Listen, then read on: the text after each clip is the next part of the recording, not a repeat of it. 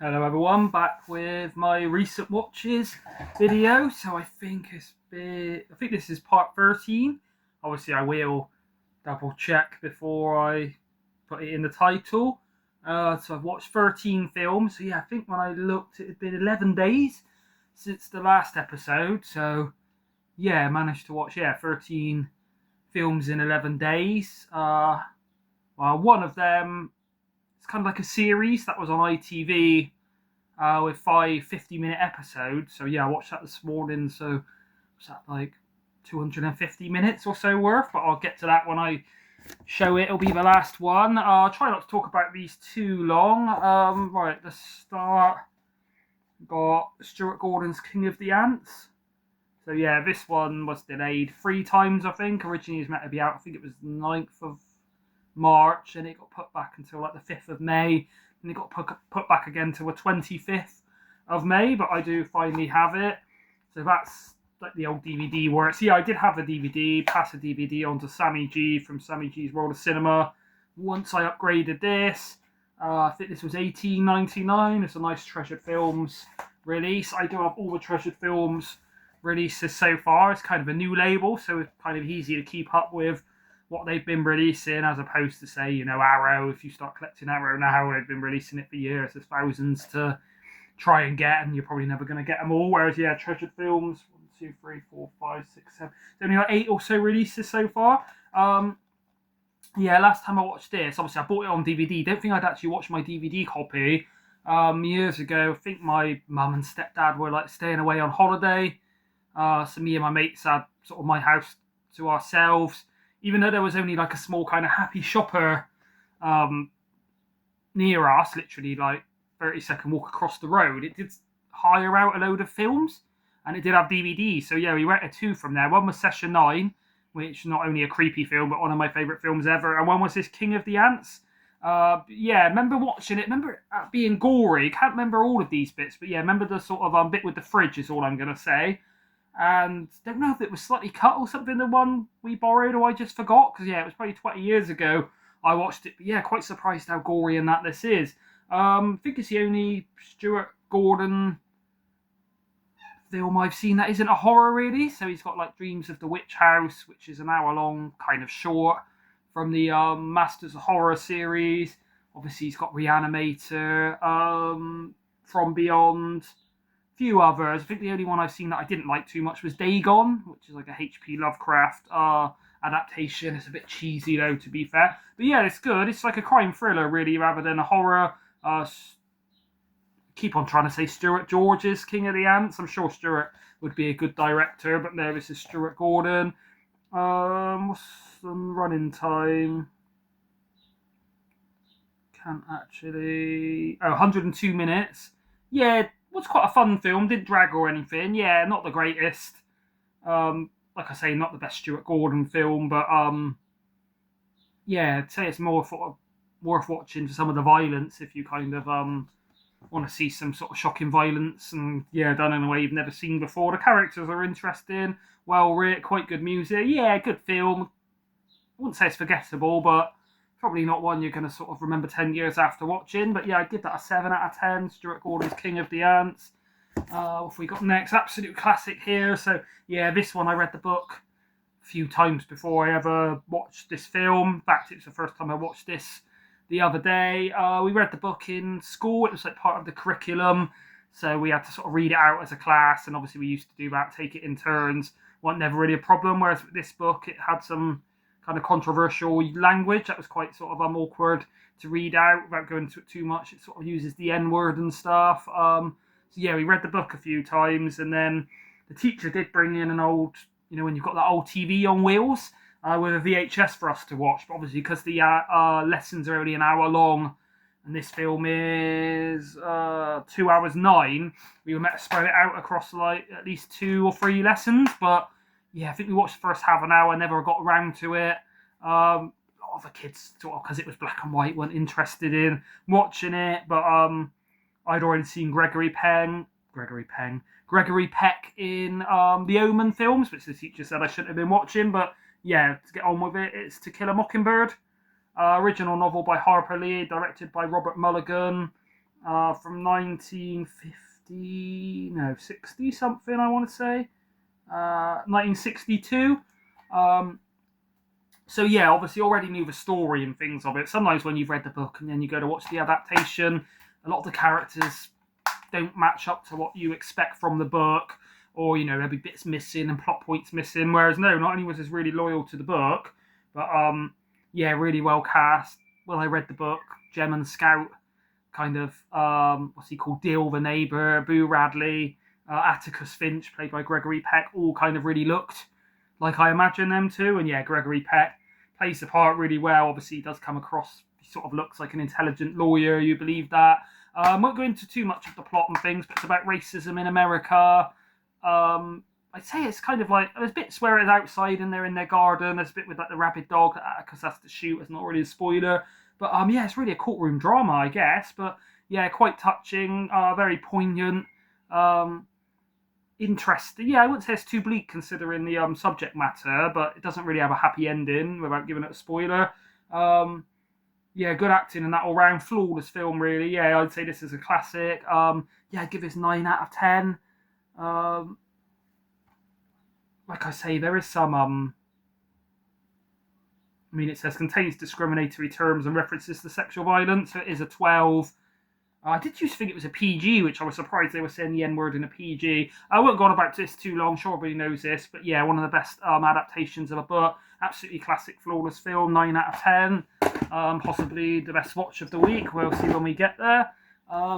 Next, you've got one fun film, but not greatly made. Before I show it, I will say it's Rennie Harlin directed, so probably give you a clue of what it's going to be about. Is Cliffhanger, starring Sylvester Stallone. I mean, they've got it here, Hang On, in the bigger writing than the Cliffhanger. Don't really know why they do that, but yeah, it's starring John Lithgow and Michael Rooker as villains. I mean, yeah, it's an interesting, entertaining film. I think Ash said when I showed it on my haul video that the sort of first 5 minutes give him sweaty palms. Yeah, it's good action, climbing around in the snow and ice, sort of using a pickaxe going up cliffs. Yeah, a lot of sort of white knuckle parts. I mean, I enjoy it. It is a fun film, but yeah, it's not the best made. I mean, John Lithgow's acting is quite flawless, whereas Michael Rooker isn't too great. Stallone sort of does what you'd expect from him. Yeah, it seems there's a lot of good stunts and things, all set in the ice, which I enjoy, from 1993. 109 minutes, I don't outstay its welcome. Yeah, one I've seen before on the TV and things quite a few times when I was a kid or when I was younger, but one I'd never actually owned. But I'm trying to collect all the Stallone films. So yeah, in terms of actual enjoyment, I'd give it an 8 out of 10. In terms of filmmaking, probably a 6 out of 10. Not the worst thing Stallone's in, but yeah, it's not up there with First Blood or the Rocky films in terms of quality. But yeah, one of Rennie Harlin's better films, definitely better than the Friday the 13th he directed. Long Kiss Goodnight he did is good. Die Hard 2. Probably see it behind me. Deep Blue Sea, well, I enjoy it. It's not the best made film, but yeah, I'd give that, I guess, a 6.5 or 7 out of 10. Yeah, it's probably not quite as well made as King of Ants, so let's go with a 6.5 for Hang On. Cliffhanger. Although for actual entertainment and nostalgia, a bit higher than that for me, but that's down to personal preference. This next one, Lights Out. So directed by David F. Sandberg. So I have heard of other things by him. I think he's done a few other things since. It's only 81 minutes, so fast-paced.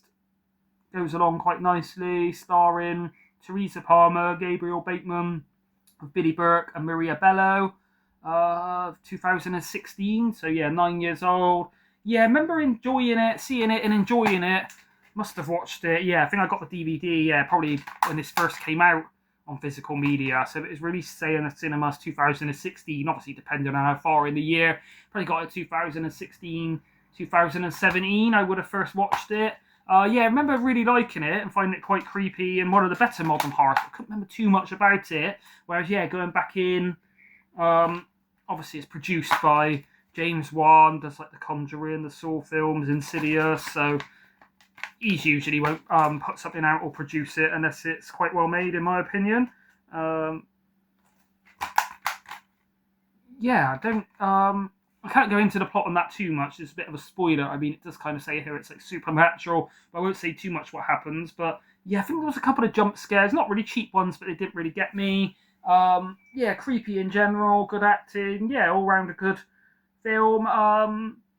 Yeah, I guess it's up there with like The Conjuring, Insidious, The Witch, as like some of the better modern horror films. So yeah, it might be in my top 10 list of the last 10 years of horror. Also, yeah, I remember liking it, but couldn't remember too much of the plot. And then I went back in, some of it did come back to me. Yeah, it didn't really ever get silly or anything like some modern horror films. It's got a few tropes in that, but kind of what you'd expect really from a Hollywood blockbuster kind of horror. But yeah, one of the better ones of modern times, I would say. So yeah, I give that a 7.5 out of 10. One I will watch again, but probably not for a few years. This one, collection of short films. Bit of a backstory on this. This one I was looking for, and it was at the time it was really out of print. I think it was going for like 25 on Amazon and eBay and things. And then when I spoke about Fred's, how I managed to find it in a local game shop called Game Scene for 50p, which I was happy with. This one I also found for 50p, Cutting Moments. So yeah, really, it came to my attention. I mean, there's 5 shorts on. The actual main film is called Cutting Moments, but there's 5 shorts, and the last short itself is called Cutting Moments. Is the sort of infamous one. So yeah, a while ago when I was looking for on lists of like most disturbing and messed up horror films and stuff, this one came to my attention. 75 minutes for all 5 films. Yeah, the other 4 aren't great. They're all low budget. I'll go over each one briefly. So tell me a year. It was out 2002. I guess that's the original release. So you've got Crack Dog by Casey Kehoe. Who or what is Dog's best friend? For a shotgun-toting pizza delivery man and his cocaine-addicted canine, the answer is crystal clear. Thugs, dope dealers, and Wall Street junkies alike, beware of the dog on drugs. So yeah, it's very low budget. It's literally a puppet of a dog, and he's like shoving it in people's throats and stuff. I think they either knew it was like a bad puppet and it was like a cheap production and kind of went with it in a tongue-in-cheek way, or they kind of just tried to do the best with the budget they had. But yeah, other than the main Cutting Moment segment, that's the best segment. Yeah, if you want to see a ludicrous dog puppet smoking crack and biting people's throats, then you probably ain't going to find it many places other than here, unless you've got the knockoff movie version of Beethoven that I've never seen. Don't Nag Me by Timothy Hill and Gino Panaro. A disturbed war vet shuts up his pestering wife for good, but being dead and buried does not make her any less of a nuisance. He might have won the battle, but there is still one hell of a war to be waged. So yeah, not be a spoiler, obviously this is on the back, he kills his wife, and then from beyond the grave she keeps on like nagging him and stuff. Bit of a silly one. Not as silly as the next one, Bowl of Oatmeal. I guess this is the Pete director's surname, so it's by Post, Geese, Bezinis, White, Hucko and Wu. Shuttered in his Manhattan apartment, a lonely man begins taking advice from his well-intentioned bowl of hot breakfast cereal. The oatmeal suggests the hobby, yet what could the man possibly do with 200 pounds of stolen raw meat? So yeah, in England we call it porridge, but I guess they call it oatmeal in America. So yeah, guy literally living in his flat, got a bowl of oatmeal on the table, starts telling him to do things. It's as silly and bizarre as it sounds, kind of like David Lynch if he had a lower budget and took a lot more psychedelic drugs. Yeah, there's not too much you can get out of that. Quite silly, really. Principles of Karma by Craig Wallace. For a bored slacker punk living in a mundane suburban hell, even his daily high score beatings offer a little excitement. So when the Youth Liberation Front comes a knocking, you'd better be sure he tags along with these ski masked anarchists for an ultraviolet joyride. So yeah, he's so bored and that of like getting beaten up, it sort of no longer has an effect on him. And then like it says, some people come to sort of town smashing things up and that, and he joins like a vandalism anarchist kind of sect. Can't remember. I literally only watched this a few days ago. It's like 15 minutes long, and I really can't remember much of it. Probably an indictment of the quality of it. And then yeah, the main bit. So when I first watched this, I did watch all 5. This time I was tempted to just watch the Cutting Moment segment, but I thought, no, I might as well rewatch them all and see if any of grown in my opinion. And yeah, Crack Dog kind of fun just for the novelty of it, but the rest I wouldn't even bother watching. Cutting Moments by Douglas Buck, A Dysfunctional Family, and I mean, can't say too much of the quality of the film when every single synopsis is written incorrectly, bad grammar and words that don't even make sense. So a dysfunctional family and marriage in a freefall towards oblivion. That's the starting point for this ferociously disturbing, brutally shocking story about a husband and wife whose shattered lives take on new meaning through horrific self-mutilation. So yeah, this is the main part worth watching it for. Kind of shows it on the back. Don't know if you can see it there, so I won't go into too much detail, but basically it's a man, a woman, and the kid. They're kind of estranged. The woman wants the attention from the man, and he's just sort of overlooking her. So she gets all her lipstick on, puts on like a nice red dress, goes downstairs, sort of looks at her, pushes her out of the way, carries on watching the TV. So feeling unloved and that, in order to get some attention, she sort of starts self-mutilating her. So obviously once she's put the lipstick on, he doesn't notice. Then she goes to work on her lips. So he has a bit in front of the mirror. It is low budget, but the effects do work well. Where she's got like a scouring pad. She's scouring all her lips and is bleeding. Not really a spoiler to say, as this is the main sort of premise of the film, but yeah, she basically gets some scissors and cuts her lips off in the mirror. I mean, I've watched a lot of gore and hard to watch kind of extreme stuff, and yeah, this did make me cringe. I didn't look away, but yeah, it was quite hard to watch, to tell you the truth. The first bit, you see her scouring it. Second bit, I guess because of the budget constraints, you don't see her snipping off the lips, but you see her put the scissors there, then it pans down to the sink.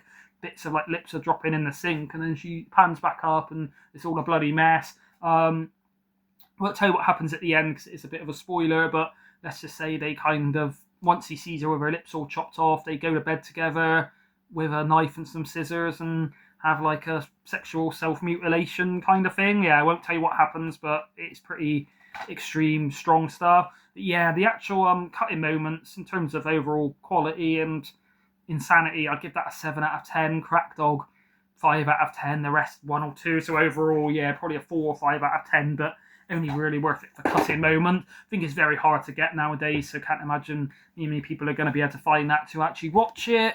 This next one a lot of people have spoke about, Anora. Got this nice Criterion 4K. Yesterday when I was about to put these in order to film them, so I sort of stack them up in the pile until I'm ready. I went to pick them up, dropped them all over the floor, messed up the order. I think I got them back in the correct order and slightly damaged this Anora, unfortunately. Yeah, I did enjoy this one. Obviously, it did have a lot of hype. A lot of people saying it was their favourite film of last year. I think most people had this and The Substance as their favourites. I must say I much preferred The Substance to this. Sammy G from Sammy G's World of Cinema and Ollie from Ollie Loves Film were both big fans of this. I did enjoy it, but not as much as them. Although more than a few other people, as I know some people thought it was overrated and didn't really get it. Whereas, yeah, I did enjoy it. As you'll find when I give my score, it's a 4K, 139 minutes. I won't say it dragged, but I did feel the running time. Yeah, there's one bit when I sort of paused it. I don't usually look at the running time during a film, but I think I paused it to sort of get up and go to the toilet or something, and I think only like 40 minutes had gone, and I felt it had been like halfway through 139. So yeah, I thought it was like, 70 minutes through. It's well made. I mean, the actual theme songs and that in it are good, but I didn't like the some like modern hip hop, really vulgar lyrics, which is what bothered me. So when she's stripping, there's like a song with like a woman like singing about crude stuff. But yeah, I hated some of the I don't even know, the hip hop, like modern R&B trap kind of stuff. Really didn't like that. I will say I don't know whether Sean Baker tried to make this so it shows the sort of sex and things, but not in like a titillating or erotic way. I mean, it's very graphic, but for me, yeah, it didn't come across as pornographic. It's not like, say, Love by Gaspar Noé, where it's got like, I mean, although it's real sex, it's not like I say, sort of full frontal and triple X kind of stuff. But yeah, whether I guess because she's a sex worker, it's kind of showing sex is just a job and she's disattached from it. Because yeah, for me, other people might have found differently. I mean, she's an attractive woman, but I can't say when I was watching the scenes of her having sex that it was erotic at all. So maybe Sean Baker's kind of gone for that if he has it as work. Because yeah, I guess there's a fine balance of making a graphic film which is pornography, or a graphic film showing nudity which isn't pornography, kind of. Don't know too much about his director. I think he's done 2 other films. Have to see what Ollie and Sammy and that think of them and what the films are like. Might give you a guide on what he actually tried to do with this. But yeah, it's got some funny bits, good acting all round, good story. The bit when the basically he's like a Russian oligarch and he's paying this guess you call it like an escort sex worker for like trysts, and then he pays her to like stay with him for a week. Once his rich dad and that find out, they send like people to America to try and break it up and things. But yeah, really good film. I don't know if I'd say it's overrated. Obviously, if I went into this cold, never hearing of it, I'd probably be more impressed. But with the substance, I expected it to be overhyped. And when I watched it, not only did it live up to the hype, it probably exceeded the hype. Like one of the best body horror films ever, I'd say. Whereas, yeah, this is good, but yeah, maybe slightly overhyped for me. Depends on your taste in that. I think some people are going to like this, some people won't. Some people might find it a bit long, like I did. But yeah, really well made. Give that an 8 out of 10. So yeah, one of the better. Obviously, I've watched it this year, but from films that came out last year, yeah, I preferred The Substance. I maybe even preferred Immaculate or Heretic. Yeah, Immaculate with Sydney Sweeney, Heretic. I'm trying to think of a few others that came out. I'm not sure if Last Breath was out last year, but yeah, I wouldn't say it's my favourite. Probably not even in my top 3 from last year, but a good film and an 8 out of 10. So second highest one so far after what's it called? Let's have a look. To Kill a Mockingbird. Right, this one, very hard watch, brilliant film, but yeah, some really tough subject matter as Mysterious Skin. So I think it's the first film of Joseph Gordon-Levitt. It's also got Brady Corbett, Michelle Trachtenberg, Jeff Leacon, Bill Sage, Mary Lynn Raskub, and Elizabeth Shue. She's really good as the mother in it. From the acclaimed novel by Scott Heim. Haven't read the novel, but I imagine it's quite disturbing stuff. Filmed by Greg Araki. Can't say I've seen too much else by him. Yeah, I think this is really out of print on Tartan DVD. Don't think it's ever had a Blu-ray or 4K upgrade. I think Ollie did look online and yeah, said this was now quite hard to get on Amazon and things. I think they do have it about £10 in CX, but there's not really many copies on there to be fair. I mean, see if it says. Yeah, I'd say this is a tough watch, not in terms of gore and things, but more sort of sexual abuse sort of theme. So the theme is let's see if I can just read this little bit without giving away too much. The summer I was 8 years old, 5 hours disappeared from my life, 5 hours lost and gone without a trace. So basically, Joseph Gordon-Levitt's character, Brian Lackey, I think he's called.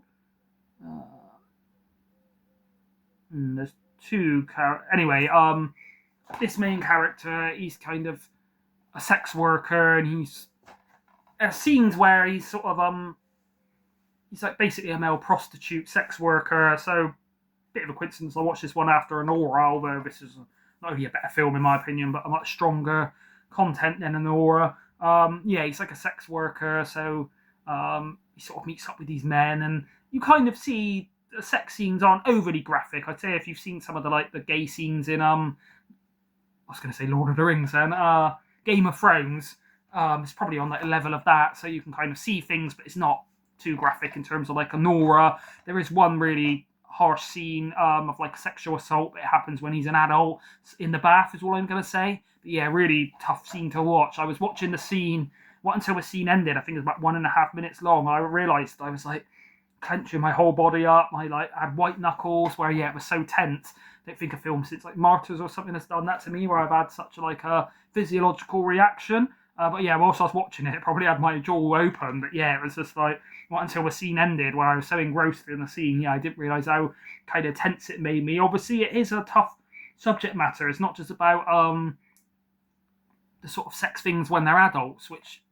I found tough to watch without sort of being too harsh. Yeah, I do find sort of love scenes between two men are tough to watch personally, to my personal taste. But yeah, it's not so much the sex scenes when they're adults. It's obviously about they were abused when they were kids. So without spoiling it, Brady Corbett, where he's lost the 8 hour, the character he plays, where he's lost when he's lost 5 hours of his life when he was 8 years old, he thinks he was abducted by aliens.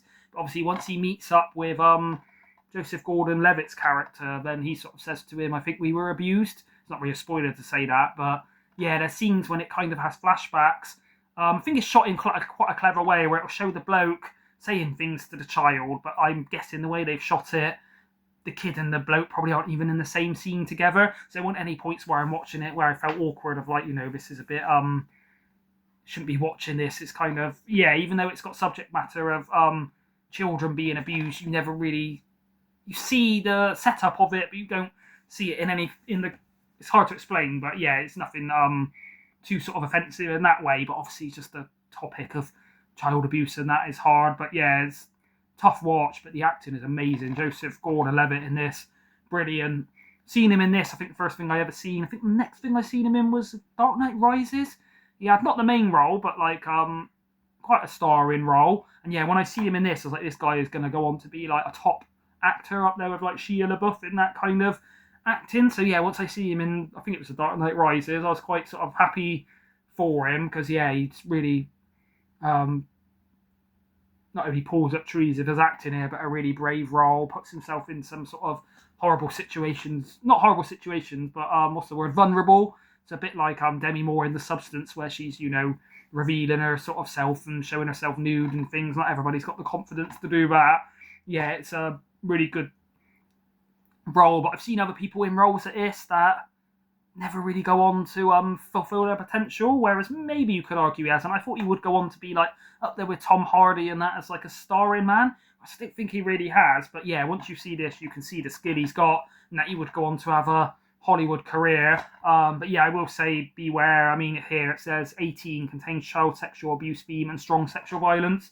So yeah, if you're thinking of watching it, it's not going to be gory and sort of violence in terms of like murders or bit of a beating when he gets sexually assaulted in the bath. That is a hard scene to watch, but yes, it's very believable. And you know, as much as this is a horrible topic and we like to sweep it under the rug, it is a brave film to face and address this kind of topic, because you know it's a disgusting, horrible thing that happens, and unfortunately there are vile people out there that do kind of things. It's not just the children, the people in general, but yeah, I think it's a kind of film I say everybody should watch once. I was speaking about it on the WhatsApp group. I know Jodie had said she'd watched it. It was a one and done. Although she thought it was a really well-made film and brilliant acting, she just found it too disturbing and couldn't watch it again. Second time I've watched it. First time I remember finding it disturbing. I think it affected me more this time, to tell you the truth. But yeah, I would put it up there as maybe not one of the most disturbing films I've watched, one of the toughest, hardest watches I've got through. But yeah, worth watching. But yeah, 9 out of 10 I would give that. A brilliant film. But yeah, just not going to be for everybody. This next one is, well, it's in Cantonese language. I think it's set in Hong Kong. Sorry if there's glare, I'm doing this. It's quite sunny at the moment in England. Dream Home. So yeah, watched this one years ago. Remember it being brutal. Bit I remembered was there's a scene with, what do you call it? Like, you know, when you vacuum seal something, you can get, say I wanted to put this into storage, you can put like a plastic bag around it, get the end of a hoover and suck all the air out of it, so it's like vacuum sealed. She does that to somebody. That was the bit I used to, sort of the main memorable standout bit, but watching it again, yeah, there was a few bit, I won't go into too much detail, but there's a bit of a pregnant woman where they usually kind of shy away or hint at what happens. They really go there, which I was quite surprised at. Yeah, I've seen a lot of slashers over the years. Obviously, a lot of the video nasties. Got some of the French extreme ones like Inside, Switchblade Romance. I'd say Martyrs and that aren't really slashers, same as like a Serbian film. But yeah, in terms of nasty, this has got to be the nastiest slasher I've ever seen. I was thinking about it the other night, and I can't think of many more up there with this. Starring Josie Ho, directed by Pang Ho Chung. Yeah, not only, I mean, a lot of these, when they're just sort of really nasty, mean-spirited slashers, aren't very well made, but this was really well made. And brilliant cinematography. Some of the cinematography, when it's sort of at the top of a ceiling, and as the camera pans down, the shadow sort of expands on the floor. Yeah, it's well made. The story and that was good. The acting was good all round. Really convincing gore. But yeah, like I say, some of the, I think it's basically saying that in Hong Kong, the housing market is so expensive and overcrowded that I think it works out like 200,000 yen of their money per 1 square foot or so of like prime estate, I guess you call it. So even if you're like a CEO, executive of a company, you'll be struggling to sort of get somewhere in Hong Kong. So in order to like get these places, she basically murders and things. But yeah, the killings are really original, the way she does it. Really good atmosphere, brilliant cinematography, good music. Yeah, really well, better made than this deserves. Well, I say this deserves to be, sounds a bit harsh, but you know, as far as these kind of Asian sort of extreme slashers go, yeah, it's really well made.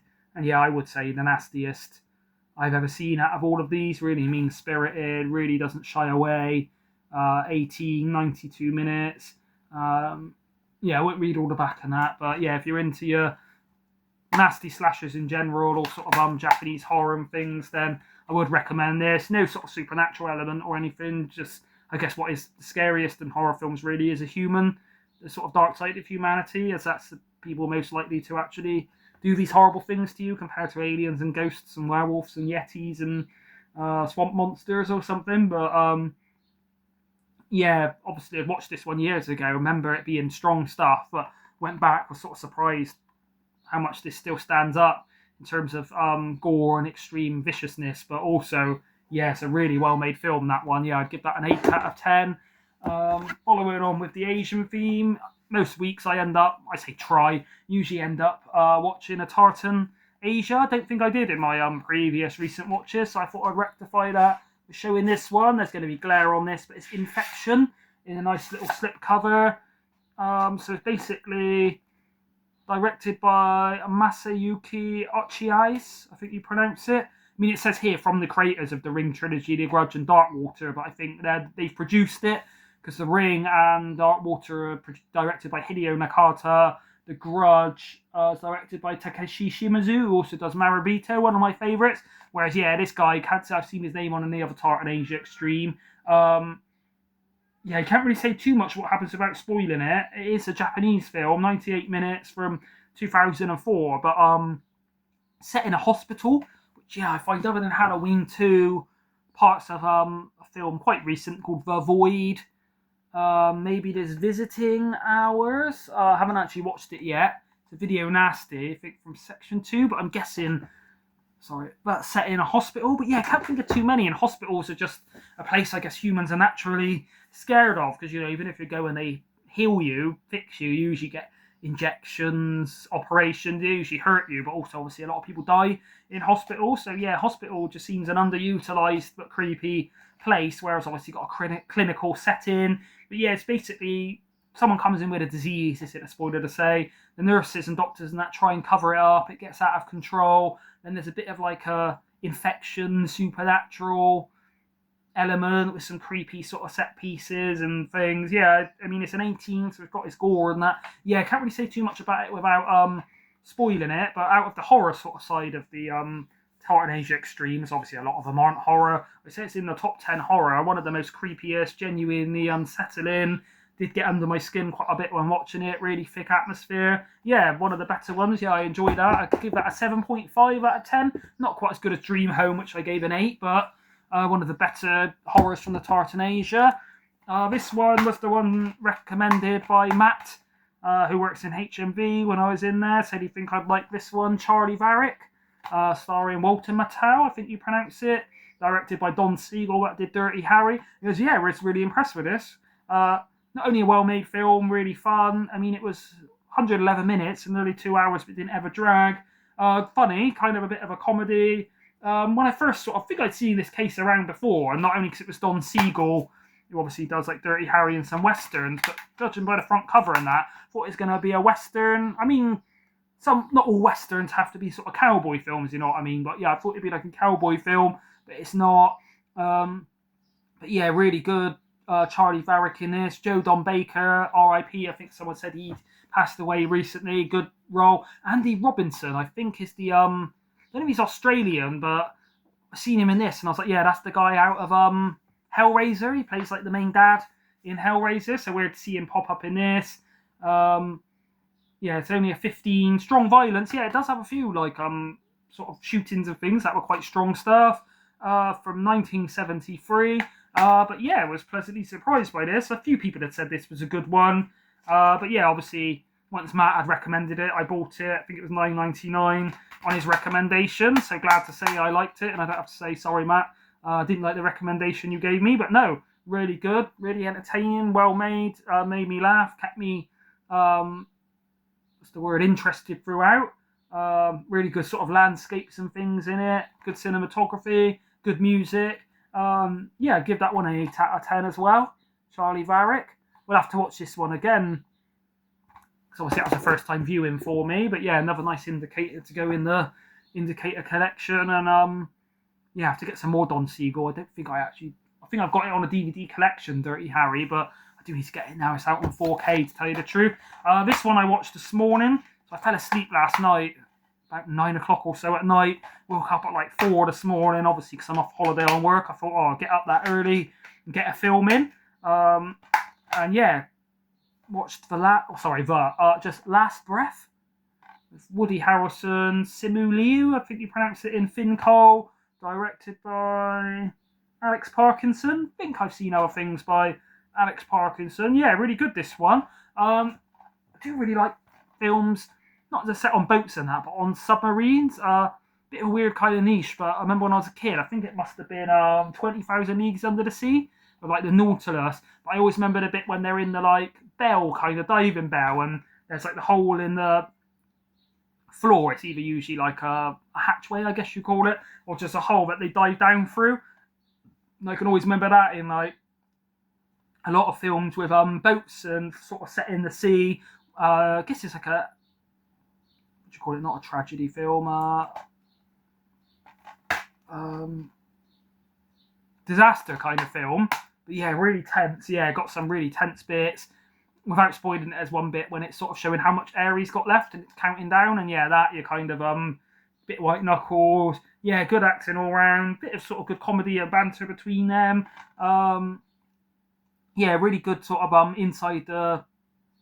It's not really a submarine. They go down to the bottom of the sea, but yeah, it's a 12, moderate threat, infrequent, strong language. I think they just swear near the end. 93 minutes, so clipped along quite nice. But yeah, like it says, gripping and riveting, both true. Really do sort of get behind the characters. There's good enough character development with like stuff between these. Good character arc where this guy, he seems a bit of an uncaring dickhead. By the end of it, he's kind of trying to help and risking his own life. Not really a spoiler to say that. Based on a true story that happened to a guy called Chris Lemons. Yeah, Finn Cole, I'm guessing this guy is. Not really seen him much, but he's really good. His acting good. I must say there was a few bits where he's meant to have a Scottish accent, but in some of the sentences it just sounded like London English, and in other bits it sounded really thick and Scottish. Be interested to know if he is actually from Scotland or England or maybe even Australian, putting on an accent. But yeah, if you're into your sort of tense disaster films, under the sea, yeah, it gives you enough of the action on the bottom of the sea, bits when they're trying to escape, bits when they're in, I guess you call it the bulkhead, bits in kind of the ship when they're being decompressed and things. But yeah, enjoyed that one. Yeah, really tense, and yeah, it was a good kind of movie. I wanted to watch something a bit sort of dark and intense, but not a horror at like 4 or 5 in the morning when I woke up, but also not sort of like a comedy or something too fun. I wanted something that kind of wake me up a bit that early in the morning, but also, yeah, something with a bit of atmosphere. And yeah, this has got good atmosphere, good sort of setting. Yeah, really enjoyed that one. Yeah, I'd give that, yeah, probably a 7.5 out of 10. I wouldn't say it's got any flaws, but no, actually no, I would say an 8. Sorry, yeah, thinking about it, yeah, it's not really got flaws. There weren't really many bits I could pick up and think, yeah, the acting was bad, or but yeah, if you do find sort of water and claustrophobia and that tough, then I think it might get to you. But yeah, it is a gripping and tense thriller. Quite a new one. I mean, it only came out on Monday. Was it released last year or this year? See if I can find a year on it. Never very good at finding the year on these things. No, I can. I'm guessing it was probably like earlier this year and just come out onto Blu-ray and things. I think it has got a 4K, but obviously I haven't seen it, so I just settled with the Blu-ray. And then the last one, this is the one I was on about. Was it originally aired on TV? Chiller. It was originally aired on ITV. It's aired from the 9th of March in 1995 to... Oh, sorry. So in the last episode, 27th of April 1995. So it's on basically kind of like weekly, and each episode is 50 minutes. Yeah, it's basically kind of supernatural. I mean, it says here the critically acclaimed horror anthology series. That makes it sound like it, you know, came out of the cinema or came straight out onto like physical media. But yeah, it originally showed on ITV. I remember I must have been, did I say 95? So yeah, I'd have been like 10 or 11 years old when this was airing. I remember the actual episodes were creepy, but the opening bit when it's got like, this kind of creepy guy with the stretched mouth and this like spooky music, yeah, that really sort of sets the atmosphere. And I remember when I was a kid, I was like, oh, this looks like it's going to be quite spooky. An absolute who's who of British actors. There's loads in the background, that quite a few. There was one lady that went on to be in what was it called? Bad Girls, like the prison girls. Then there was one that I'm like, I think it was Sonia, went on to be that like singer called Sonia with like ginger hair, like a British singer. It's all of its time. I mean, it's very nostalgic for me watching this. It's set in the 90s, and it's got like a lot of the cars around, and yeah, just I mean, it's set in Yorkshire, so just seeing like Yorkshire in the 90s kind of brought back a lot of memories from first watching this. Yeah, I think I've watched it 2 or 3 times since I've had it. I picked this DVD up in CEX, well, this set, should I say, CEX years ago. At the time it was about £15. It was out of print. And yeah, now I think it's even harder to find. I say 5 episodes. So yeah, the overall running time is 250 minutes. So yeah, I didn't really have a break. I just watched this back to back to back. So I watched Last Breath, must have finished about 6 in the morning. Had some breakfast, maybe had a nap for a few hours, I can't remember. Started watching this about 9 and didn't finish it until like 2 in the afternoon or so. But yeah, shows it's interesting and that, if it held my attention for 250 minutes. I won't read the synopsis of each story, but I will talk about who's in it, just because, yeah, there is some crazy stars. You've got Sophie Ward, quite young in this, looks really nice in it. Scene when she kind of gets out the bath, you do see a lot if you're interested in that. Nigel Havers, think he went on to be in Coronation Street, think he was the one that tried to murder Gail Platt and her family. Kate Issett, Mark Aiken, and can't quite see that name, it's hidden. Zaina Merton.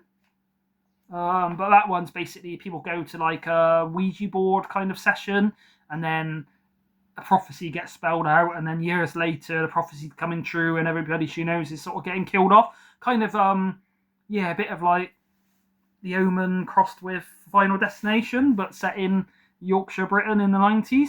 Then you've got Toby, which is basically about like a phantom pregnancy, is all I'm going to say. This one was Prophecy was directed by Gordon Clark. Story by Peter James and Stephen Gallagher. Toby, the one about the phantom pregnancy, stars Martin Clunes. I think this was around the same time he was in Men Behaving Badly, but a serious role for him, very different to Men Behaving Badly. Serena Gordon, really good in it. Let me get this bit out because it's hard to read this. Bridget Kahn, Rolf Nosek, and Rosemary Leach, written by Glenn Chandler, directed by Bob Mahoney. Mirror Man, basically a guy with schizophrenia. I mean, touch wood, I've never suffered with schizophrenia, but the way it shows it in this, I don't know if it's an accurate portrayal, but yeah, it really sort of shows a lot of nuances to it. This one starring John Sim, Robin knows him, Phyllis Logan, Mark Arden, Caroline O'Neill, and Anna Cavini, written by Stephen Gallagher, directed by Lawrence Gordon Clark. Yeah, it's basically like a guy with schizophrenia is all I'm going to say. Then disc 2, you've got The Man Who Didn't Believe in Ghosts, basically about a guy who writes about discrediting ghosts for a living. Stars Mike Anderson, Peter Egan, Mel Martin, Romy Baskerville, Ian Connaughton, and Angela Rippon. Angela Rippon really good in this. I mean, even though she's quite young in this compared to what she is now, she don't seem to have aged that much over the last 30 years.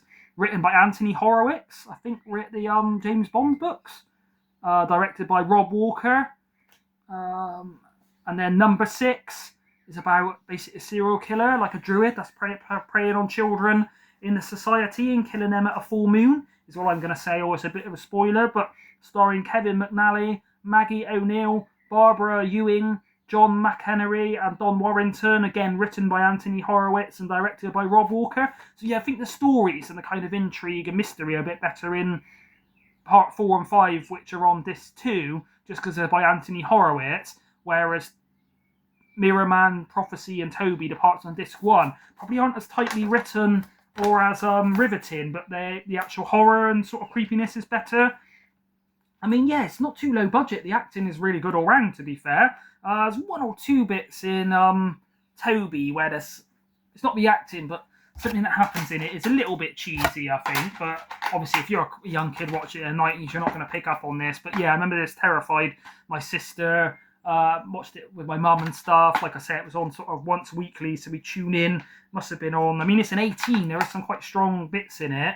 I remember it being on at 9 o'clock, so I guess that was just after the Watershed. And yeah, I remember, I think maybe we missed 1 or 2 of the episode, but yeah, it must be the first time I watched this, and not only I enjoy all the stories and all the acting, and it's all got really good atmosphere, and it takes you back to mid-90s kind of British TV, Casualty, the Beale sort of style, police driving around in panda cars and things are very comforting to me. But yeah, got a lot of nostalgia and things for me, not just in terms of I remember watching it when I was a kid and some of the first sort of horror kind of things I remember airing on normal TV and we were all talking about it the next day in school. But yeah, it just kind of takes me back to like a comfort zone of, I mean, maybe it's recency bias kind of thing, and when you look back, everything seems like rose-tinted glasses. But yeah, it just seems such a nicer, more chilled, better place to live, where everyone's community, you know, nowadays in this kind of thing, when you've got people all doing a spirit, well, they're doing, what do you call it, like a seance, they'd all be on their phones, or they're all on TikTok, or they're filming it to put on their Facebook.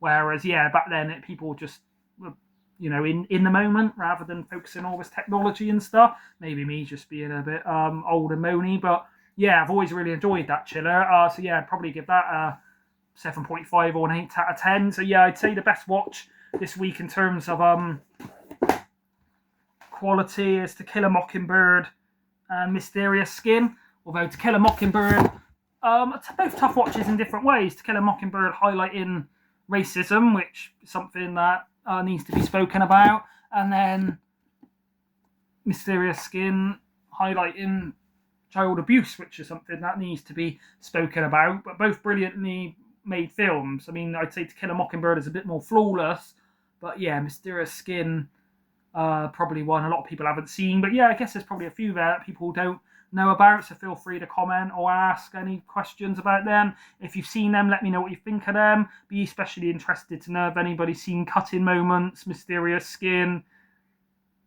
or Chiller, as those I think are the most sort of rare. Sorry this is on quite a while, 46 minutes, but I have had 13 to talk about, and like I say, because a few of them are a bit more rare, I wanted to sort of go over them and give them a bit of an explanation and a bit of a review. I did say to Ollie and Sammy I would go into a bit more detail on Anora, as they sort of enjoyed it and wanted to know my thoughts on it. But yeah, that's everything I've watched in the last 11 days or so. So yeah, I should be back with the next recent watches once I've watched at least 7 or more. Thank you for watching, everybody. Bye.